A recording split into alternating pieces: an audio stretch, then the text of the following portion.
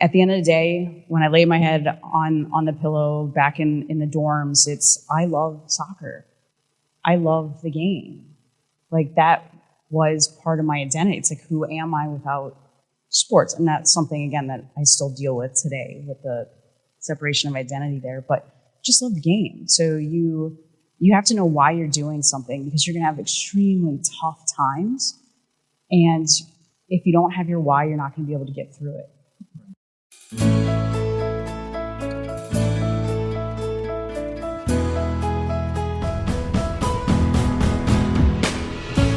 From Fiore Communications, it's How I Got Here, a show of inspiring stories from Tallahassee area leaders, business owners, and neighbors, all the challenges, opportunities, inspirations, the twists and turns of life that led them to where they are today. Everyone has a story worth telling, and I am really grateful that we get to bring a few of them to you. I truly have been changed by my conversations with these amazing people, and I'm confident you will be too. Welcome to a special YP Summit edition of the How I Got Here podcast. I'm Dave Fiore, and in this episode, I speak with Ashlee Fontes, the owner and CEO of Tallahassee Reckoning, the region's first pre-professional women's soccer team. And while that would certainly be enough to talk to Ashlee today, she is also a former FSU soccer player, a multiple-time entrepreneur, and truly one of the most important voices in women's soccer in the country and the world. And we're lucky to have her back in Tallahassee. So Ashlee, welcome, and thanks for being here. Well, thanks, appreciate it. Appreciate being here, and that's always an interesting intro to hear. I can never actually believe it because I still feel like I'm that little kid just playing a game that I love so much. Yeah, well, we're glad you're here. So let's start at the beginning, okay? You were born in Miami, but as a daughter of a successful football coach in college and professional levels, you moved around a lot as a kid, right? So tell us about that, the impact that had on you, how often you moved, and kind of that whole story of growing up in a family that was always going somewhere else. Sure. Yeah, growing up was very interesting. It definitely wasn't that normal straight path that probably nobody ever has, but it was interesting. So it was like Miami, Chicago, back to Miami, to Louisiana, back to Tampa, into Detroit. I mean, we were all over the place. Before I got into middle school, I think I would only be in an area for about 2 to 4 years. So I had a really hard time making friends, not to mention we were always moving into very affluent neighborhoods. So going in, being a female of color in these areas that weren't so welcoming at times, it was tough. It was challenging, but my mom's amazing, my brother was amazing, so we always had our very tight core that helped us get through everything. Yeah. Let's talk about that a little bit. So it's tough enough for any person to change school a lot and have to integrate into new school, new friends, all that kind of stuff. But doing it often, and also, as you mentioned, being a young person of color with Portuguese, Cuban, Italian background, right? In affluent areas, you didn't see a lot of other kids who look like you, right? So how did that impact you? How did that change your perspective, or how did that change your approach to meeting friends and kind of integrating when you could look around and there wasn't anybody that that you could really maybe relate to?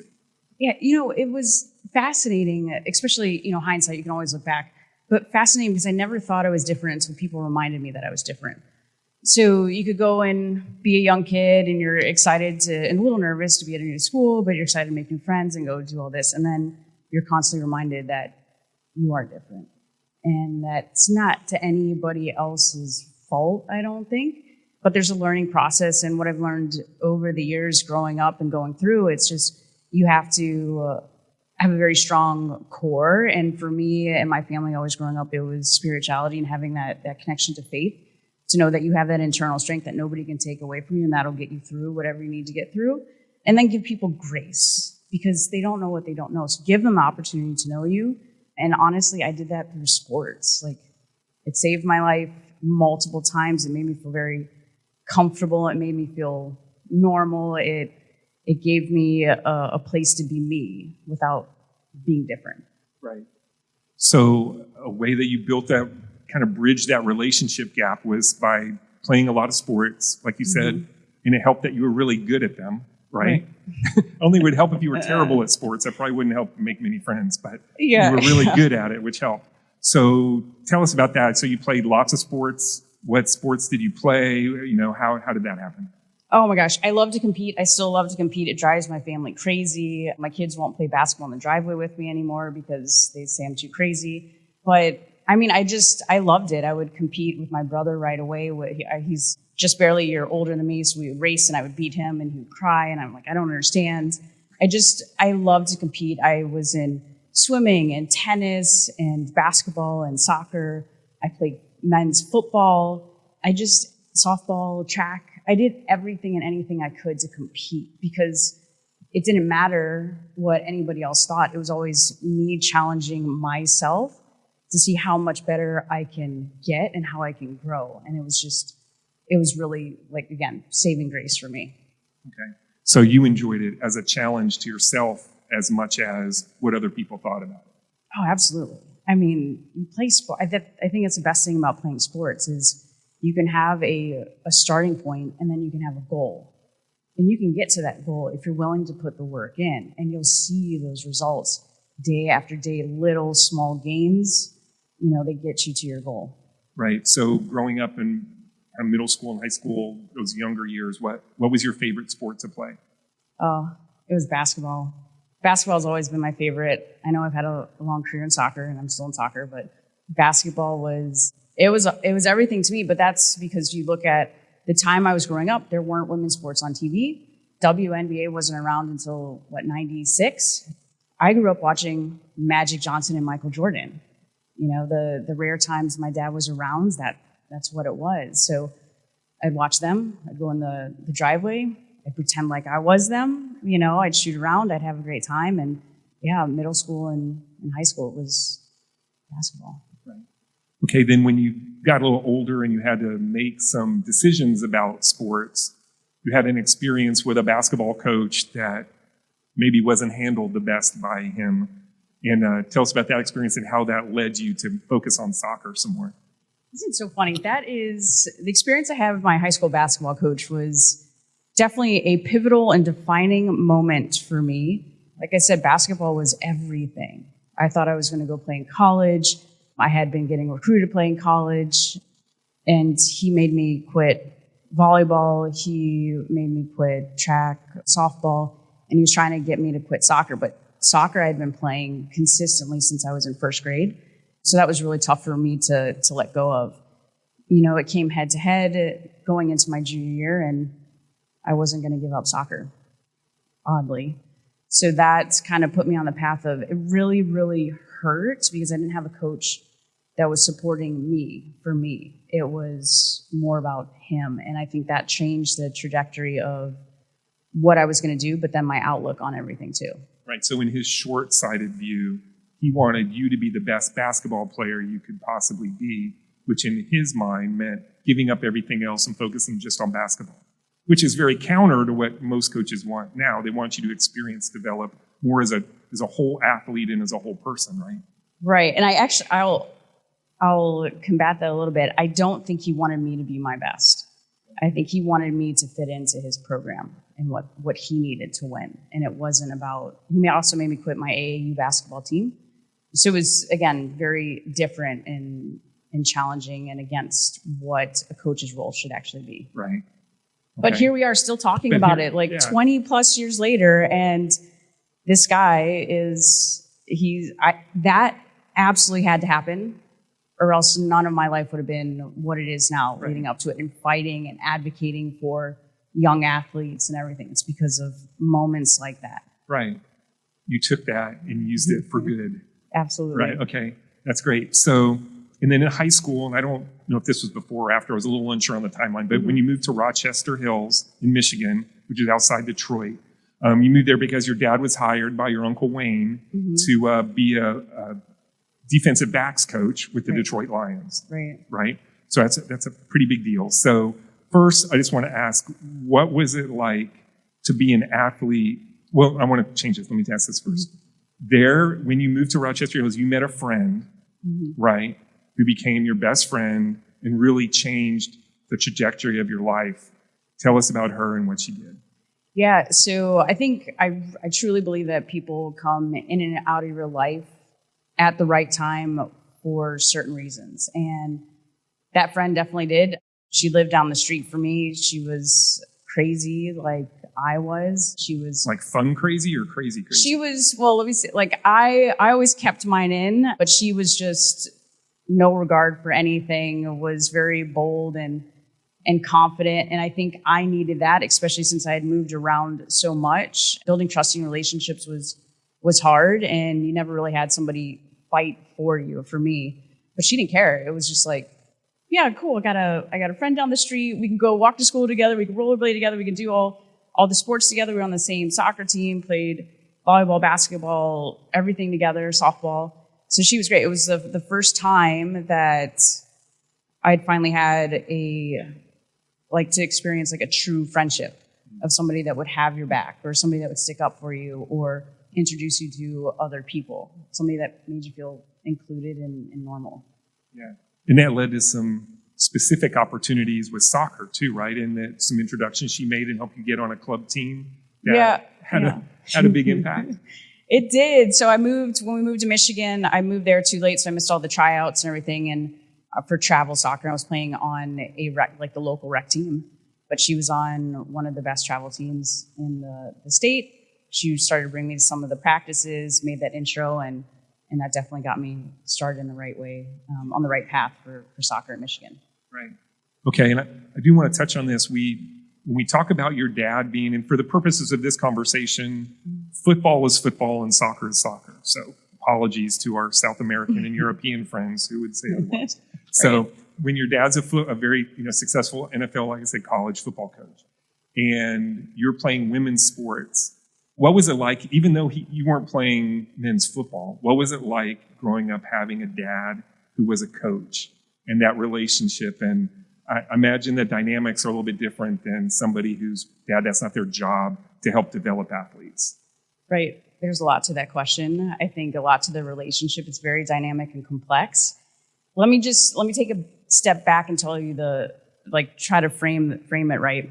My dad, yes, was a football coach, but he was also a football player. So he comes from an immigrant family. And all the boys, he's one of 5 brothers. They all went off to play, and one went pro and all this. So very hyper-masculine type family. My mom was a cheerleader. So she was one of the first cheerleaders for the Tampa Bay Buccaneers, professional dancer. So we had the ideal dynamic. They met on a blind date. It's like the dumbest, most ridiculous story you've ever heard. I'm like, you can't live up to any of those expectations. And then here I come, and I'm always fighting for attention from my dad because he's always involved in football and he's always coaching. He wasn't around much because that was his passion. And when you want to be good and successful at something, it comes at a cost. So I was always trying to get his attention by being good at sports. Well, I'm his little girl, and he sees men and women very differently. Let me tell you, he's changed a complete 180 now. So in 2015, when the Women's World Cup was on for soccer, he was watching. I'm I walk in, I'm what are you doing? He's have you seen this game? I'm oh my gosh. I'm who okay. is this guy? Yeah, it was crazy, but I think that was the toughest relationship that I had to get through in my life. And I had to do a lot of work and healing in my adult life to understand that, honestly, my dad loved me, but it was hard. I didn't get what I thought I needed at the time from him. But again, how that played an impact on my life is tremendous, and it's so helpful to where I am now and the relationship that I have with him now. It's awesome that's been redeemed and come around, and you've been able to have a different relationship as an adult, right. Which is pretty common. And that specific thing not, but when you struggle with parents as kids and then you get older and can appreciate and they soften maybe or look at things in a different way, and I'm sure it's very satisfying to you and kind of heals a spot, right? To know that that's been repaired a little bit. Oh, absolutely. I think it's funny because I think we've both matured. So I would say I was not the greatest kid. I was definitely always very defiant.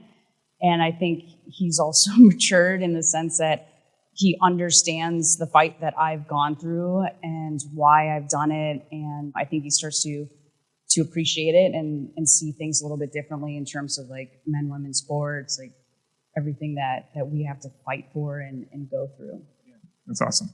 All right, so you played travel soccer with your friend and got better, improved your game, and you signed with Florida State, a soccer team, which, is this the late 90s, the time frame? 99. 99, okay. So FSU wasn't quite at the dynasty stage yet, it is now, but it was a top 20 team, great program. This was a big deal to sign with Florida State, right? So super excited. You must have been at the top of the world. Tell us how your career at FSU started out.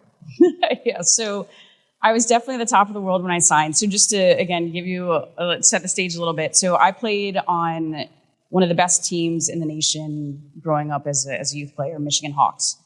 And all of my teammates, I was a defender. Defenders don't get the awards or the accolades or the spotlight, which is fine. But all my teammates, they're national team. They locked in scholarships to Duke, to University of Michigan, to UF, like way before I did. So I'm sitting there and I'm like, okay. I'm like, when's this? Where am I going to get? Yeah, I'm like, when's this going to happen? When's this going to happen for me? So once it finally happened, and that was the fall of my senior year, I was actually committed to Michigan State first, and then I changed my mind. Like once I committed to Florida State, I think I completely lost my mind because I was so elated. I'm like, yes, there was so much pressure leading up to it. You're training every day. It's drilled in your head that you're getting a scholarship. You have to get a scholarship. That's the only way you're going to school. My grades were not good. That was literally the only way I was going to school. Finally got the scholarship at Florida State, and I didn't really put the training in after that. I was going out. I was finally having a social life. I literally went off the rails a little bit. So in your head, you had accomplished the goal.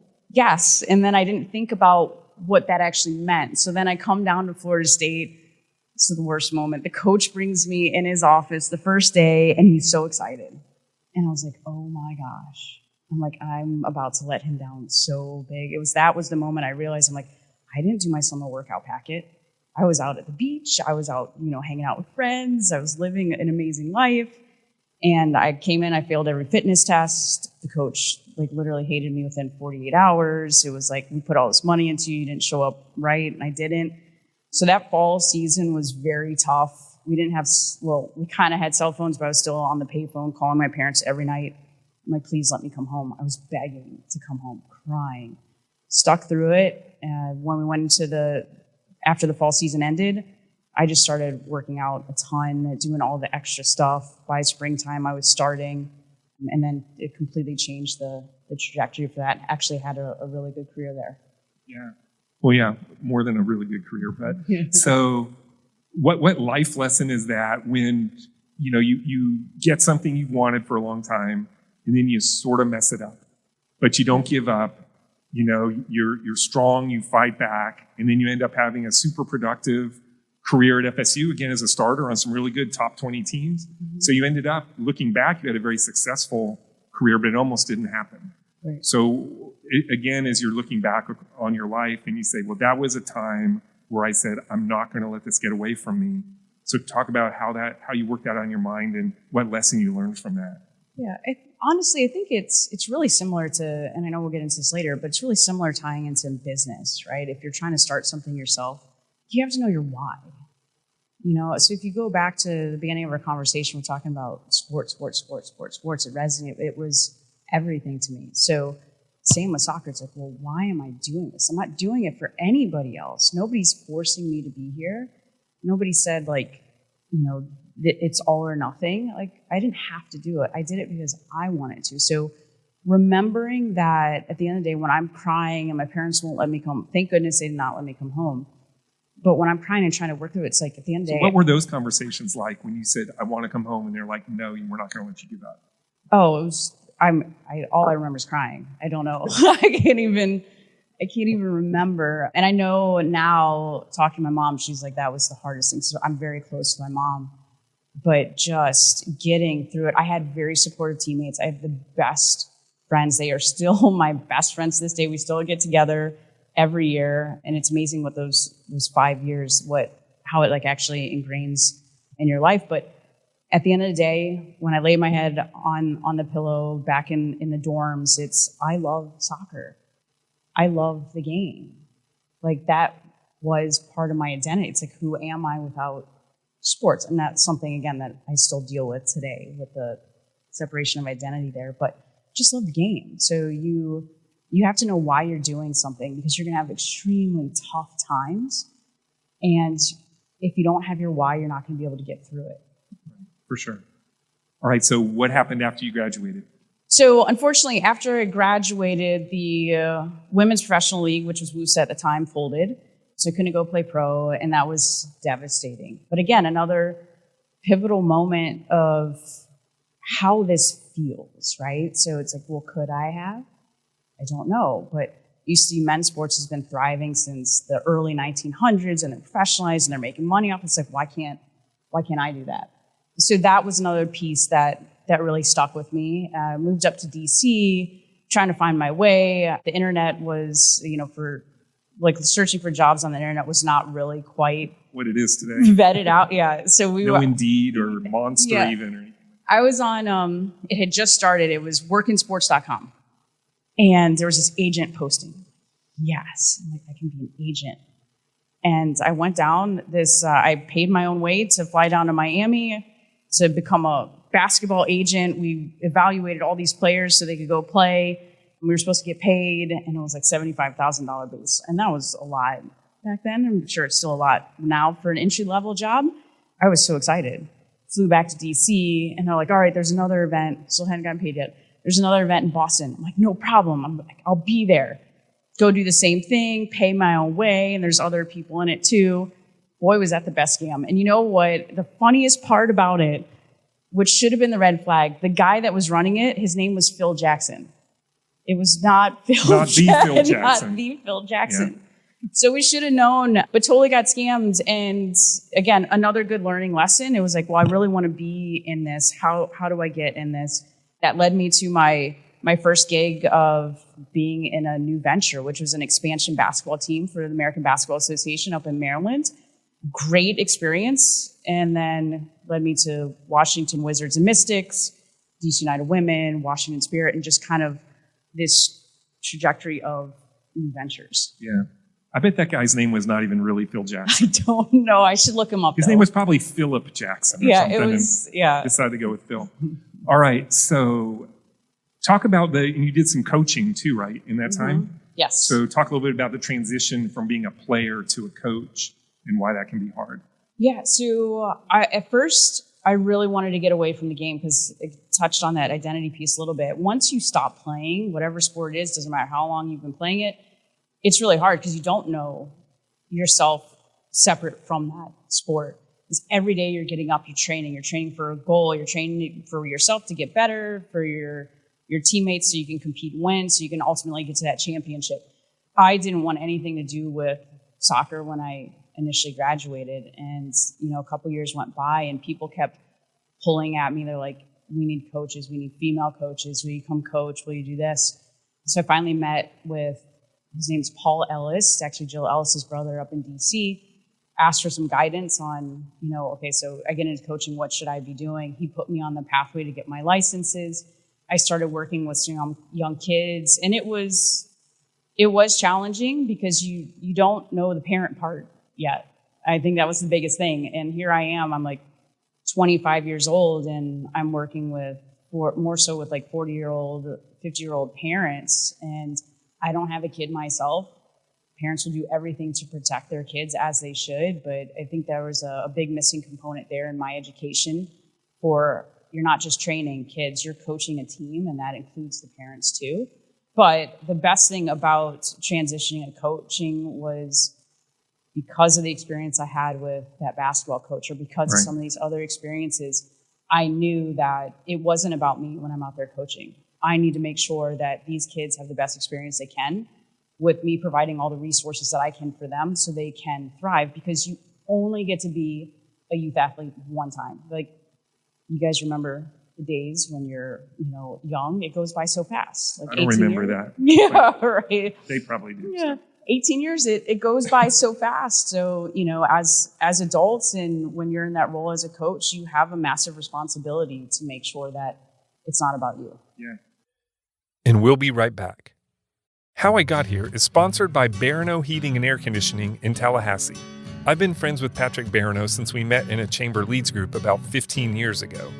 I'll admit that I pursued him pretty hard to be his marketing firm and eventually won him over. And the reason I wanted to work with him is that I was already a customer and I knew what kind of company he and his father before him had built. He cares about his customers, he cares about his team, and he cares about this community. I've experienced Barano Heating and Air when they installed a complete system replacement a few years ago, and I enjoy peace of mind and same-day service with my Total Comfort Service Agreement. I've also been behind the scenes at their office and seen firsthand the true character of this company, and that's why we're so proud to represent them. To learn more or to schedule an appointment online anytime, visit baranoac.com. They really always will be there for you. And now back to the show. All right, now we're going to move into the entrepreneurship business side of your career here. So over the next several years, you did a lot. All right, you built from scratch and ran the Washington Spirit franchise in the NWSL, National Women's Soccer League, right? You did everything on the players and the business end side. I want to talk about that a little bit. You co-founded the Girls Academy as a place for elite youth talent to develop their skills. You created a management company to market and get women's soccer on TV. It helped even create a show, the first women's soccer analysis TV show, right, called Stoppage Time, right? It's a great name. And you're now finishing up your year as president of United Soccer Coaches as the first woman of color in that role. So continue to be a trendsetter, try new things. And from what I can see, I don't know a lot about women's soccer, but it seems like overall the professional side seems like kind of an unstable environment over the years, right, as far as organizations and things changing a lot. So how did you navigate that? And just tell us about that journey of entrepreneurship, business ownership, pivoting, all the things that a lot of us, you know, in the business world deal with every day. You now, the ex-soccer player and coach, are dealing with the business side. Tell us how all that worked. Gosh, it has been a journey. So to go back to like the Washington Spirit, I mentioned right when I graduated playing, WUSA had folded. So that was the first iteration of Women's Professional League. A few years later, there was a WPSL, Women's Professional League, that folded too. And then here we are a few years later trying to start the NWSL with Washington Spirit. Washington, D.C. had those two failed franchises before it, so it was extremely difficult. So I think when you're stepping out into starting a new business, it's like really know your environment, like know your local market, like understand the history there, but then also understand the institutional and larger history, you know, across, depending on like where it is, if it's regionally or if it's nationally or if it's globally. Those things are very, very important because those are going to be your biggest challenges or obstacles. Because ultimately you need to come out and build trust in relationships with different levels of stakeholders, whether that's the fans or sponsors or just the local community in general. But I think it's been a ride. I think when each thing I've been involved in has always been needs-based. So I step in and try to help create a solution. And I've really not been at places a super long time because I think I get things to a level and I'm like, okay, we're here, we're stable. Now let's bring somebody in. Right? Being more of a fixer kind of person. Yeah, try to and create opportunities. So like with the Washington Spirit, we developed and trained a ton of people. Now they're working for US Soccer or they're running their own teams so that was huge for me too. I've never been the kind of person that needs to stay in one place and make it about me and do all this. It's like, well, here's a broken pathway, and that's women's soccer in this country. You said it was unstable. It's getting better now, but it's been very unstable. So how do we create pathways and pipelines for not just players and coaches, but front office staff and other people that aspire to be in the market? So that means we need to set up professionally. We need to make sure Washington Spirit is solid, NWSL is solid. Then what about the youth side? So we jump into Girls Academy. That actually, backstory on that, US Soccer, they had a development academy, men's and for boys and girls, and that was supposed to be the pipeline to their national teams. Well, it folded overnight. They didn't tell anybody that it was coming, unfortunately. In true fashion, the boys' side got picked up right away by MLS. Girls side, nothing. NWSL wasn't ready. MLS couldn't handle taking girls. ECNL is the other elite league in the country. They couldn't take the teams. So in true fashion, everyone's like, well, let's figure out the boys first, and then we'll come back and see if we have space for the girls. I'm like, if this was 2020, I'm like, we're not doing this again. Like, we can't do this. Right. This is nonsense. So that's when I stepped in with 6 other individuals from across the country. We're like, let's get them together. Let's redo the structure. So we created the Girls Academy League, but we created it through the players. So we said, look, we want to make sure that you all are never in this situation again. You need to take ownership into this league. So they sit on different levels of boards, and they have decision-making ability within the league so that all the resources that they need, they have. They're not reliant on these external entities or these adults that just don't care. They have a good stake in what they're doing. That's great. I want to touch just for a second on you being president of the United Coaches. Yeah. And that you were on the board for 6 years, and you're finishing up the year now, right? Just finished? It just finished January 24th. Okay, as president. And I saw where it was important to you from the representation standpoint to have a woman of color in charge of it's the largest coaching association in the country or world, right? In the world. So to be in that position and kind of carry that banner, why was that important to you? I think I didn't realize how important it was until, again, people were telling me. So when I ran back in 2018 and was elected, I was excited. I'm like, this is amazing. This is a great next step. I feel like I was in a place that in my career that I could really give back and contribute. So board service made sense. One of the first comments I got, and people were really excited. I'm like, this is awesome. And they're like, yeah, this is the first time we've had a female of color. And I'm like, okay, but what about everything else I've done? So it's people reminding me that I'm different. But there's also another side of the people that were really excited and, in their lifetime, they hadn't seen it. So then it hit me much differently at that point. I'm like, hold on, I need to take a step back and realize the magnitude of this. It is absolutely not about me. It's about these people that have wedged their foot in the door before me, that have been trying to break barriers before me because of the work that has been done unseen by many for decades. I mean, it's been around since 1941. And now finally in 2018, here's a female of color elected. So there was a massive weight for me, but I needed to recognize what that was and make sure that I knew when I stepped in to lead that it wasn't just for me. It was representing anybody that even closely looks like me or that is just different or that has been, doing these things way, way before I even was around. Yeah. Well, congratulations on that. That's a cool thing. All right, so now we're going to get to where we are now, okay? All this has led to you coming back to Tallahassee and starting Tallahassee Reckoning as the owner and CEO. So tell us about that. What is Tallahassee Reckoning? Tell us that story. Sure. First, how great is that name, Reckoning? It's good, right? Let's talk about the name. What is the name? What is the significance? There is a reckoning. Yeah. I think based on our conversation and learning a little bit about me, you can start to get the vibe of what that reckoning means. But you're not coming in here mildly, right? No, it's strong. There's always a little bit of defiance when there's inequality, I think, and that's definitely how I am. So I came back. So we were in DC for 14 years. Came back here. This is my 7th year. I came back here to work on my doctorate and then got a little distracted, built Girls Academy League, and then working on Tallahassee Reckoning. I do defend my dissertation on Monday, so that'll finally Not far from here, probably, right? No, so yeah. Good luck. Yeah. So again, just remember your why. It doesn't matter. It's not a race. Just keep plugging away. But yes, Tallahassee Reckoning. So I've been here for 7 years. And my daughter, she was in 5th grade when we first moved here. So she plays soccer, watching her go through it with her teammates, learning these other stories, watching these girls. I'm like, what is happening here? I'm like, why do they get to a certain age and then you don't hear about these kids anymore?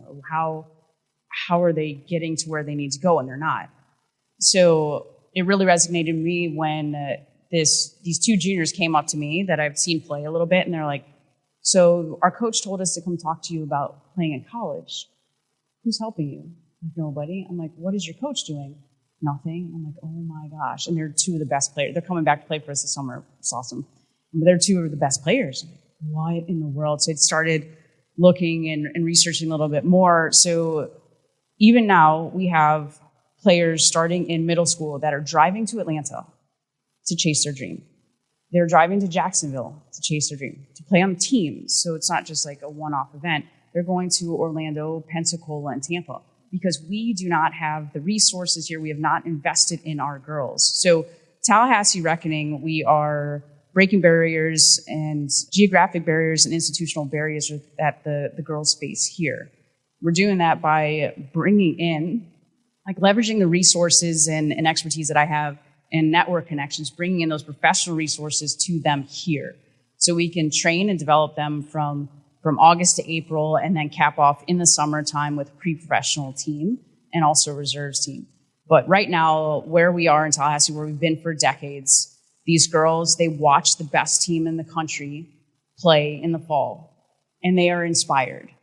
But they're actually standing on a ledge of a cliff, and they can see that dream over there, and there is no bridge to get there. There's nothing there, and their community, not to anybody's fault, just hasn't been able to figure out how to bridge that gap. So that's what we're coming in to do. You will see, I promise you, and I don't like to make big promises, this is legit, you will see a professional player come out of Tallahassee. You will see finally like top D1 players coming out of Tallahassee as we continue to lay this foundation. Give us like 5 years, you'll see it. I will say there's an 8th grader. I'm not going to put her out there because she's so young, but she is phenomenal. If we don't catch her now, she'll drift off like some of the other ones before her have. She is national team potential, but we don't have we did not until now have the resources here. So that's what we're trying to do. We're trying to wedge our foot in the door, create the space, demand some equity, demand support from the community, and invest in our local girls. So why was Tallahassee the right place for this to happen? What potential did you see here that you thought Tallahassee could support a team? And also kind of how do people get involved? How do they support? I know the season's kicking off next month, right, in May? Yeah, May 8th, first game. May 8th, so yeah, there it is. Yeah. So lots of exciting things happening. How do we support the team, help make this a reality and get involved? Yeah, I mean, we need the lifeline, the lifeblood to any sports teams or fans. It's fans, it's fans, it's fans. It's fans that are going to go follow them on social, follow their journey, come out to the games, get excited, bring your friends. It's not just a game, it's an experience. You're supporting these local players. Actually, these two are the ones I was talking about. So that's Paige Churchill over there on the right. She played at Lincoln High School. She's now playing at Flagler. She's fantastic. She's a freshman. And then Layla Thompson, she went to Childs High School here and is now playing at UNF. And they're both going to be back next week to start. But we need support in terms of tickets. I mean, ticket sales, sponsorships, building that fan community around the players is really important because the revenue we generate goes back into investing in the resources that they need, the development resources, all that kind of stuff. With the success of the men's team, the Battle Lions that Chris Petley started, and obviously the great success of the FSU soccer women's team, 4-time national champions, do you feel some momentum for soccer overall and women's soccer in particular, that this community makes it more likely to be sustainable because there's just a lot of buzz about the sport right now? I'd hope so. I would say, like, one comment that I made before was know your local market and really know the institution that is here. We're the first women's pre-professional team in any sport in 200 years. Okay? That's a challenge already. We have a phenomenal soccer team at FSU. They don't charge to get in, right? So start thinking from a business standpoint, start thinking about this. So people aren't used to going out to support women's sports and pay for it, okay? They're very used to here, men's football, men's baseball. We celebrate it. Look at the sponsors. Just start looking at this stuff. Sponsors, big dollars to universities, big dollars to the men's sports. So the challenges that we face, honestly, they're enormous because this hasn't been done before. And because instead of people automatically getting behind something and saying, wow, we know what women's sports is doing across the country right now, and we can have this right here, right now, and investing in it right away, it's let's see if it works first. So that's the challenge that we're facing. And fans coming out is going to be huge for us. Well, we all wish you luck on it. I think we're all really hopeful that it works out. It's an amazing opportunity. We need to provide an opportunity for these young women to continue to play. And I think that's great. One final question as we leave. I know you're still in the middle of this, so you're not looking back on it yet. But what advice do you give to someone who wants to start something new, something that hasn't been done before, something that may even seem unlikely that it will be successful? If you believe in it, have that passion, that why you're talking about, what advice do you give to somebody who wants to try and do something that seems crazy? I think it's just that, what you said. It's again, your why. You're going to have the toughest times where nobody's going to support you. All you have to rely on is yourself. It is so much easier to give up and quit because you can walk away at any time. You'll be like, all right, well, that didn't work out. That's fine. But is it, like, why did you start? What did you want to accomplish? And if you have a true, I think, authentic why and reason for why you're doing something, then that is what's going to get you through those tough times. That's what's going to get you through those sleepless nights or not having any support or that length of period that you're going to need to get through. So you have to always go back to your why. All right. Well, Ashlee, thank you for being here. Thanks for what you're doing in the community. And we all wish you the best of luck. Yeah, thank you. Appreciate being here.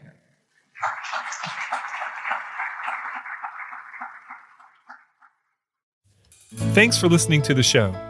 You can subscribe at Apple Podcast, Spotify, or wherever you get your podcasts. And while you're there, please leave us a review. It really does make a difference. Thanks to my amazing staff at Fiore Communications, who pick up the slack while I'm working on these podcasts, and to Troy Bloom for composing our theme music. You can hear more of Troy's creations on Facebook and Instagram at Troy Bloom Music. To connect with the podcast or suggest a future guest, follow us on social media or email us at podcast@fiorecommunications.com.